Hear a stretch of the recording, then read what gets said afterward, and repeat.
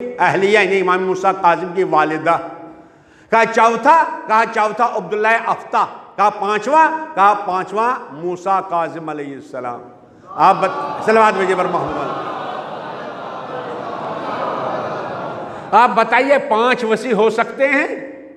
ایک ہی تو ہوگا. امام تو ایک ہی ہوگا، 5 تو نہیں. تو 5 کا کیوں اعلان کیا؟ 5 کے لیے کیوں یہ اعلان کیا امام نے؟ یہ اس وقت پتہ چلا جب منصور دونقی نے مدینے کے گورنر کو خط لکھا کہ ہم نے امام صادق علیہ السلام کی زندگی کا چراغ بجھا دیا، گل کر دیا. اب دیکھو امام نے اپنے بعد وصی کس کو بنایا ہے. جس کو بنایا ہو اس کو راتوں رات قتل کرنا.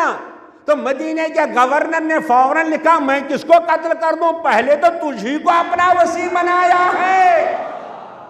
آپ نے دیکھا امامت کی حفاظت کے لیے امام نے 5 کا اعلان کیا تھا، مگر مومنین کو پہچاننا ضروری ایک ہے.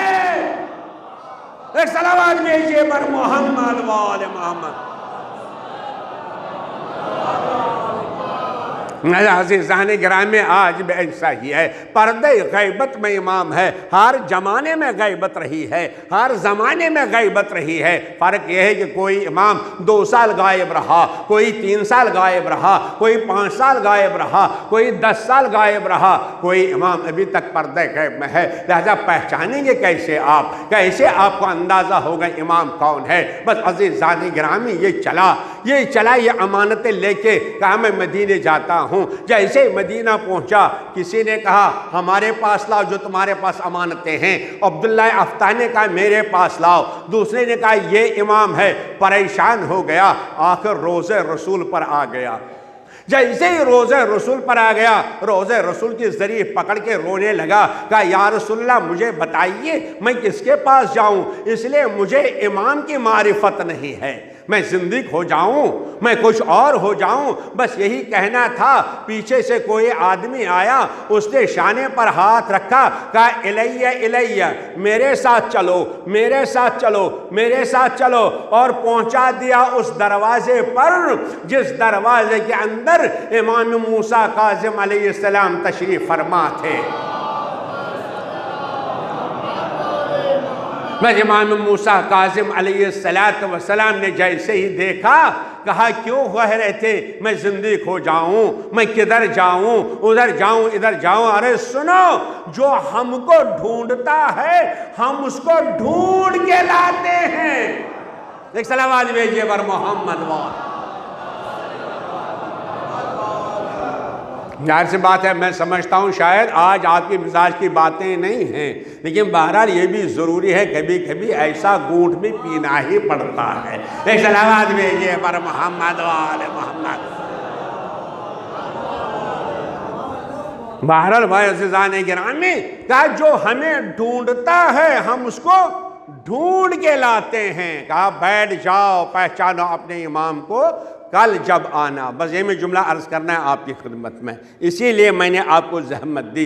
کہا جب کل آنا ہمارے پاس وہ 50,000 نہ لانا، وہ 20,000 نہ لانا، وہ 10,000 نہ لانا، صرف وہ 4 پیسے لے کے آنا. صرف 4 پیسے لے کے آنا، باقی ہمارے پاس لے کے نہیں آنا. ہم بڑے خوش ہیں، ہم نے یہ خرچ کیا، ہم نے یہ خرچ کیا، ہم نے یہ خرچ کیا. ارے اس نے کہا مولا کیوں؟ کہا سنو، جو تم نے سوال جو تمہارے پاس سوالات ہیں میں نے ان کا جواب لکھ دیا. کھولے نہیں، پہچاننا کہ میں امام ہوں کہ نہیں، مگر یاد رکھو ہمارے دربار کے قابل صرف وہی 4 پیسے ہیں. ایک صلوات بھیجئے پر محمد. کہا 50,000 کا وہ ہمارے دربار کے قابل نہیں، اس میں حرام ملا ہوا ہے. ارے اب عزیزان گرامی انسان خوش ہو جاتا ہے، میں نے 10,000 خرچ کیا، میں نے 20,000 خرچ کیا، میں نے 50,000 خرچ کیا، میں نے اتنا شب پر لگا دیا. ارے امام آواز دے رہے ہیں کہ یہ دیکھو ہم قبول کرتے ہیں کہ نہیں، ہمارے دربار کے لائق ہے کہ نہیں. ایک صلوات بھیجے بر محمد و آل محمد۔ نہیں دیکھو ہمارے دربار کے قابل ہے کہ نہیں، اسی لیے عزیزان گرامی کثرت نہ مانگیے، زیادتی نہ مانگیے، برکت مانگیے، برکت مانگیے۔ کیوں آپ کبھی پریشان ہو جاتے ہیں میرے پاس کم ہے، میرے پاس کم ہے؟ نہیں عزیزان گرامی، برکت کا اندازہ کیجئے، کثرت کی ضرورت نہیں ہے۔ چنانچہ ہمارے پیغمبر ایک دن سفر کر رہے تھے، جیسے سفر کر رہے ہمارے پیغمبر ایک منزل تک پہنچ گئے، وہاں پر ایک اونٹ والا تھا۔ وہ بیچارہ اونٹ کا چرواہا اپنے کسی صحابی سے کہا جاؤ اس سے کہو کہ مجھے پیاس لگ گئی، تھوڑا سا دودھ دے دے۔ یہ گئے صحابی صاحب اونٹ والے کے پاس، کہا حضور کو پیاس لگی ہے، رحمت للعالمین کو پیاس لگی ہے، ذرا ان سے تھوڑا سا دودھ دے دو تاکہ ان کی پیاس ختم ہو جائے۔ ارے میں کہاں سے لاؤں گا، یہ مالک کا ہے، وہ ان کا ہے، یہ ان کا ہے، میرے پاس کچھ نہیں۔ بہرحال خالی ہاتھ واپس کر دیا۔ جیسے صحابی خالی ہاتھ واپس آ گیا، کہا حضور اس نے کچھ نہیں دیا، میں نے آپ کے لیے دودھ مانگا تھا مگر اس نے نہیں دیا، بس ایک مرتبہ حبیب نے کہا آؤ دعا کریں۔ تو سب کو جمع کیا، سب صحابی آ گئے، دعا کیا اللہم اکثر اموالہ و اولادہ، اے اللہ اس کے مال میں زیادتی عطا کرنا۔ سب خوش ہو گئے، اتنا خوش ہو گئے کہ دعا اس کے لیے جس نے کچھ نہ دیا، کہا اس کے مال میں زیادتی ہو، کثرت ہو۔ تو لوگوں نے کہا کہ جب اس کو بھی اتنا دیتے ہیں تو ہم کو کتنا دیں گے؟ چنانچہ عزیزان گرامی میں آگے بڑھ گئے، جیسے آگے بڑھ گئے وہاں پر ایک بھیڑ بکری پالنے والا تھا، بکریاں پال رہا تھا، کہا جاؤ اسے دودھ لے لو۔ وہ چلا گیا، اسے کہا بھائی رسول صلی اللہ علیہ وسلم پیاسے ہیں، کچھ تو دے دو۔ بہرحال اس نے جو کہا کیا ہمارے پیغمبر نے مانگا؟ کہا ہاں، ارے یہ برتن لاؤ، وہ برتن لاؤ، ایک دو برتن بھر کے دے دیے کہ جاؤ لے جاؤ، جاؤ آپ حضور کو، اور یہ بکری بھی لے جاؤ، حضور کے کام آئے گی، اور جب برتن خالی ہوگا تو اس کے بعد اور لے جانا۔ اب جب یہ دودھ لے کے آیا، بکری لے کے آیا، حضور نے کہا آؤ اب دعا کریں، آؤ اب دعا کریں۔ صحابی کہہ رہے ہیں کہ ان کو اتنا دیا تو ان کو کتنا دے گا؟ تو اس کے لیے دعا کی خدا بندہ ان کو بہت زیادہ مال دینا، لیکن جب ان کے لیے دعا کی، کیا دعا کی؟ اللہم ارزق العفاف والکفاف، پروردگار ان کو اتنا ہی دینا جس سے ان کا دین محفوظ رہے۔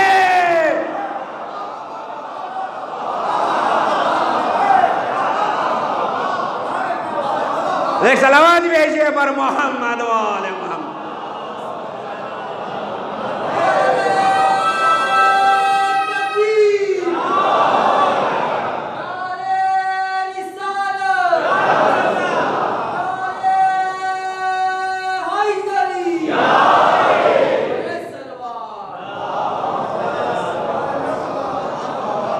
ان کو اتنا ہی دینا جس سے ان کا دین محفوظ رہے، ان کی عفت محفوظ رہے، ان کی پاکیزگی محفوظ رہے۔ اسی لیے عرض کرتا ہوں کثرت نہ مانگیے، برکت مانگیے۔ مال میں برکت، دولت میں برکت، عمر میں برکت، گھر میں برکت۔ برکت مانے کیا ہے؟ کثرت مانے بہت زیادہ، ایسا ہی کہ جیسے ایک دریا چل رہا ہے، ادھر سے آ رہا ہے ادھر جا رہا ہے، اس کو کثرت کہتے ہیں۔ برکت عربی میں برق سے نکلا ہے، برق مانے رک جانا۔ برکت مانگیے یعنی اگر کتنا ہی ہو مگر رکے نہیں، وہ انسان کے لیے فائدہ مند نہیں۔ اگر کم ہی ہو مگر رکنے والا۔ ایک صلوات بھیجیں بر محمد و آل محمد۔ جو قیامت میں کام آ جائے، جہاں ہر جگہ کام آ جائے۔ بہرحال میں یہ عرض کر رہا تھا 4 پیسے امام نے کہا بس ہم کو دے دو۔ بڑھیا نے کیا کہا؟ یہ قرض ہے، ہماری طرف سے کچھ نہیں، یہ امام کا قرض ہے۔ ہمارے ہاں بھی بہت سے امام کا قرض ہوتا ہے کہ نہیں؟ ماشاءاللہ آپ جانتے ہیں، ارے آپ جانتے ہی ماشاءاللہ یہ مسئلہ تو بہت مشہور ہے، خمس کا مسئلہ ہے کہ نہیں؟ مگر عزیزان گرامی خمس کی حقیقت کبھی آپ نے آپ سے غور کیا؟ کبھی آپ نے فکر کی؟ توجہ سے سنیے گا۔ تو امام فرماتے ہیں کہ ہمارا حق جو دے گا قرآن مجید آواز رہا ہے، مثل الذین ینفقون اموالہم فی سبیل اللہ کمثل حبہ، ان لوگوں کے مثال جو 1 روپیہ دیتے ہیں امام کو، جو 1 روپیہ در راہ خدا دیتے ہیں، ان کی مثال یہ ہے کہ 1 دانہ زمین میں ڈال دیا اور اس میں 7 خوشے نکلے، ہر خوشے میں 100 دانے۔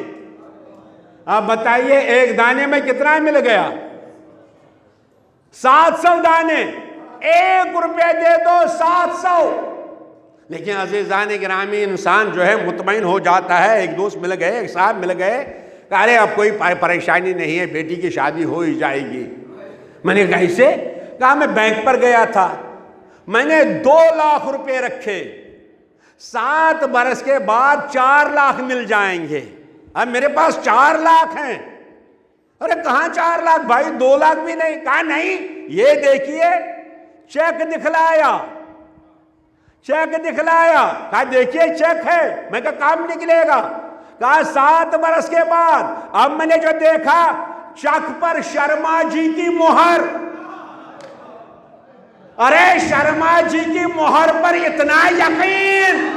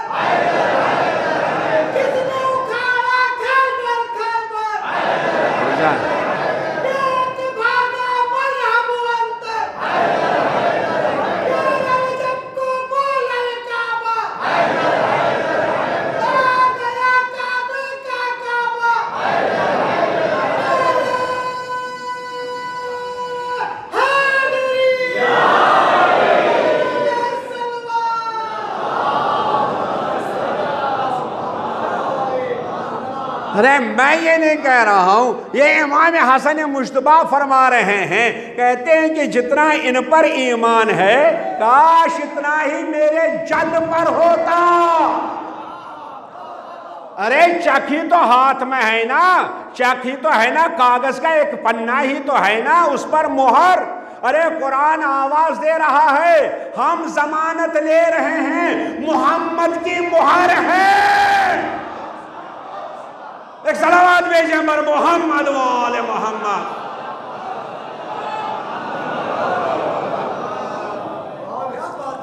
تو عزیزان گرامی، عجیب بات ہے، واقعاً ہم کو تو دنیا پر ایمان ہے، دنیاوی چیزوں پر ایمان ہے۔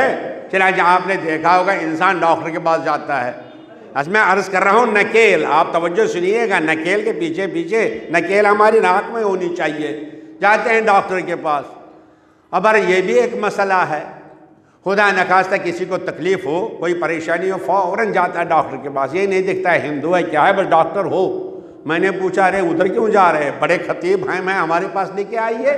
کہا مولانا آپ دعا کیجئے، آپ سے مجلس پڑھوائیں گے۔ کیوں؟ کہا اس لیے آپ اس کے ماہر نہیں ہیں، اس کے ماہر نہیں ہے۔ تو اگر تکلیف ہے تو ڈاکٹر کے پاس، اور اگر نقشہ بنانا ہے تو انجینئر کے پاس، اگر مکان کی بنیاد ڈالنا ہے تو کسی پر اس کا آرکیٹیکٹ کے پاس۔ لیکن جب دین کا مسئلہ آتا ہے سب بولتے ہیں۔ توجہ فرمائیں۔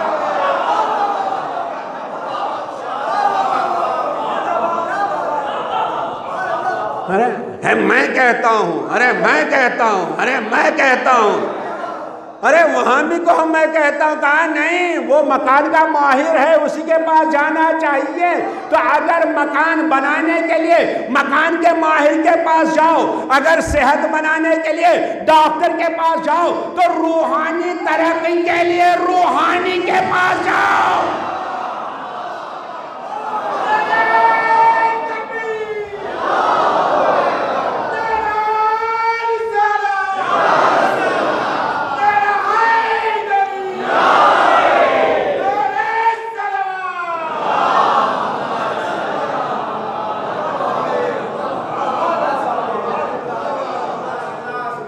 تو عزیزان گرام امام حسن مجتبیٰ علیہ السلام کا فرمان ہے، ارشاد گرامی ہے، عجبتو، مجھے تعجب ہے، تم ڈاکٹر کے پاس جاتے ہو، وہ تمہیں منع کرتا ہے حلال چیز سے، ارے دیکھو آج سے شوگر نہ کھانا، شوگر بھی چھوڑ دیتے ہیں، چاول بھی چھوڑ دیتے ہیں، ارے حلال چیز چھوڑتے ہیں، ارے ڈاکٹر کے کہنے پر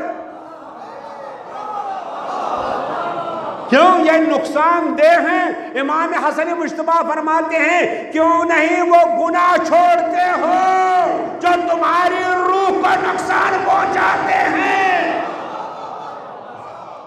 ایک صلوات بھیجیں بر محمد و آل محمد۔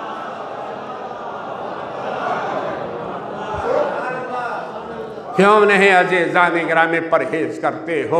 ارے گناہوں سے بچنا ہے، روح کو بچانا ہے۔ بہرحال امام نے فرمایا کہ جو ہمارے دربار کے قابل ہوگا، صرف 4 پیسے امام کے دربار کے قابل، میرے جوانوں ماتم کر کے اور ماتم پر خرچ کر کے مسجدیں بنا کر، امام بڑے بنا کر، یہ دیکھو ہمارا پیسہ امام نے قبول فرمایا کہ نہیں۔ گھمنڈ نہ کرو، تکبر نہ کرو، غرور نہ آنے دے عزیزان گرامی۔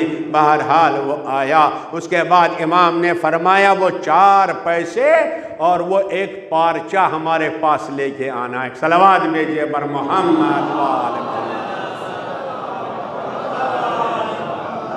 4 پیسے وہ پارچہ لے کے آنا، دوسرے دن 4 پیسے لے کے امام کی خدمت میں پہنچا، اور وہ ایک پارچہ لے کے جو شتیتہ نے دیا تھا، بی بی شتیتہ نے، اس مومنہ نے، وہ لے کے پہنچا۔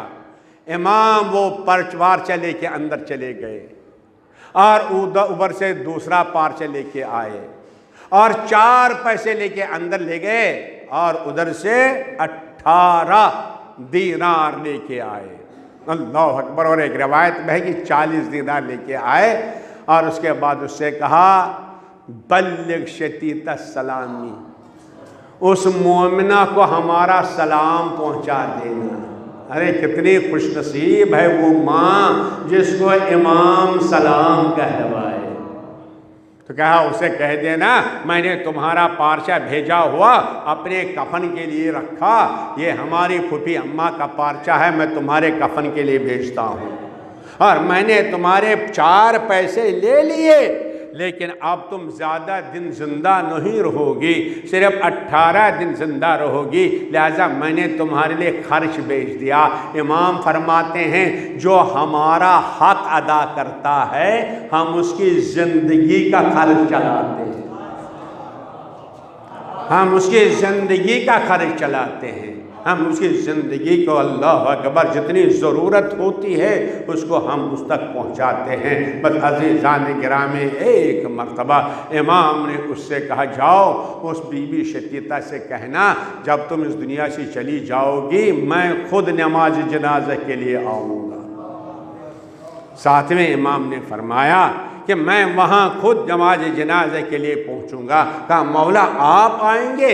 کہا صرف میں نہیں بلکہ جس زمانے میں جو امام ہوتا ہے اس زمانے میں اگر کوئی مومن یا مومنہ اس دنیا سے نکل جاتے ہیں تو امام زمانہ ان کا جنازہ پڑھاتے ہیں۔ تو ہم کتنے خوش نصیب ہیں کہ امام ہمارے اللہ اکبر جنازے پر آتے ہیں۔ بہرحال اس کا احساس رکھیے، اگر امام غائب ہیں، امام اگر غیبت میں ہیں، کون سی غیبت ہے؟ کیا امام کسی پردے میں ہیں؟ کیا کسی ملک میں ہیں؟ کیا کسی علیاذ باللہ مکان میں بند ہیں؟ نہیں، امام ہمارے سامنے موجود ہیں، ہم دیکھ نہیں پاتے ہیں۔ بس عزیزان گرامی، انشاءاللہ کل انشاءاللہ فضائل فاطمہ الزہرا آپ سنیں گے اور حق ادا ہوگا انشاءاللہ، لہذا اپنے کو اس قابل بنائیے۔ تو امام نے کیا فرمایا؟ امام نے فرمایا کہ ان شیعوں سے کہہ دو ہم جب آتے ہیں یہ ایسے اعمال بجا لاتے ہیں کہ میں شرمندگی ہو جاتی ہے۔ اللہ اکبر، اللہ اکبر۔ ہاں عزادارو، ہر امام، وقت کا امام اپنے مومن، اپنے چاہنے والے کے جنازے پر پہنچتا ہے، مگر افسوس ہمارے حسین کے جنازے پر کہاں پہنچا۔ کون آیا ہاں عزیزان گرامی، کوئی پہنچا ہو یا نہ پہنچا ہو، اللہ اکبر، حسین کی مادر گرامی۔ اس لیے جب حسین مدینے سے چلے، ایک مرتبہ اپنی ماں کے روضے پر آ گئے، قبر مبارک پر آ گئے، سلام کیا، السلام علیک یا اماں، اے مادر گرامی آپ پر سلام ہو، مجھے اجازت دیجئے، مجھے کربلا جانا ہے۔ قبر مبارک میں زلزلہ آ گیا، جیسے قبر مبارک میں زلزلہ آ گیا، آواز دی، میرے لال حسین، میں اکیلے جانے نہیں دوں گی، بلکہ جہاں جہاں تم رہو گے تمہاری ماں تمہارے ساتھ رہے، تمہاری والدہ تمہارے ساتھ ساتھ رہے گی۔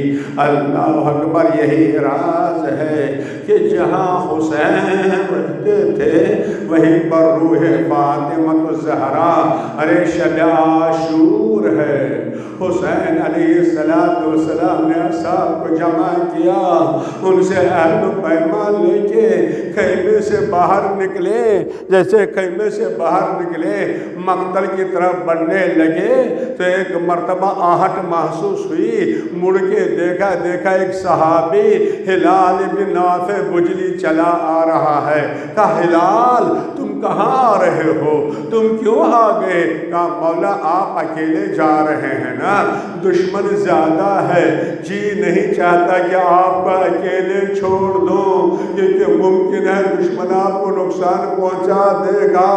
اللہ اکبر، بس ایک مرتبہ امام حسین نے فرمایا ہلال آؤ ہم مجلس پڑھنا چاہتے ہیں، تو مجلس سنو۔ ہلال اس جگہ کو جانتے ہو؟ کہا نہیں مولا۔ کہا یہیں پر کل میرا جوان علی اکبر ایڑیاں رگڑ رگڑ کے جان دے گا۔ آگے بڑھ گئے، ہلال اس جگہ کو جانتے ہو؟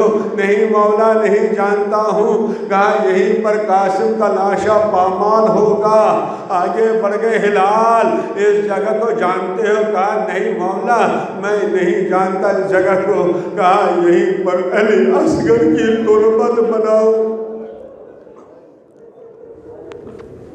علی اصغر کی تربت بناؤں گا۔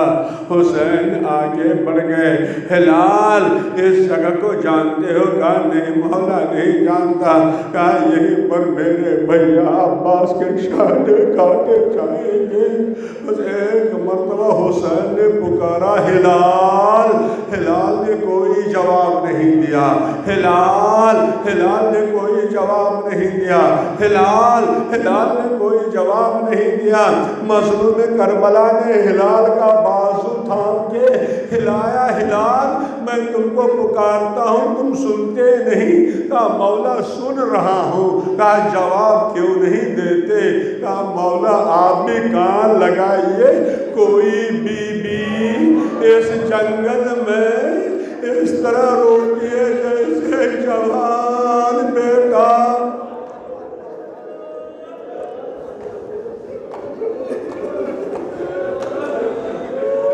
کا ہلال پہچانا نہیں؟ ارے یہ میری مادر گرامی فاطمہ ہے جو مقتل کو اپنے بالوں سے صاف کر رہی ہے، جو آواز دے رہی کہ میرے لال کل جب مقتل میں گر جاؤ گے ارے شمر کا خنجر ہوگا، اس وقت کون سرحانے ہوگا؟ بس عزادارو عصر عاشور ہے۔ حسین گھوڑے سے زمین کربلا پر تشریف لانے کے لیے آمادہ ہو گئے، مگر پھر اٹھ گئے، دوسری طرف اتر گئے، پھر اٹھ گئے۔ کیوں؟ اس لیے فرماتے ہیں استاد، فرماتے ہیں کہ جیسے حسین اترنا چاہتے تھے زہرا اپنی گود پھیلا رہی تھی، ارے میرے لال یہاں کنکر ہے، ارے لال کانٹے ہیں، ارے لال میں تمہارے سرانے آ گئی ہوں۔ ایک مرتبہ شمر کا خنجر خنجر چلنے لگا، روح سیدہ نے خنجر کو روکا، پیغمبر نے علی سے فرمایا علی حسین کی مدد کرو، ارے زہرا کو ہٹا دو، زہرا کو الگ کر دیا گیا، شمر کا خنجر چل گیا، حسین کا سر جدا ہو گیا، اللہ حسین۔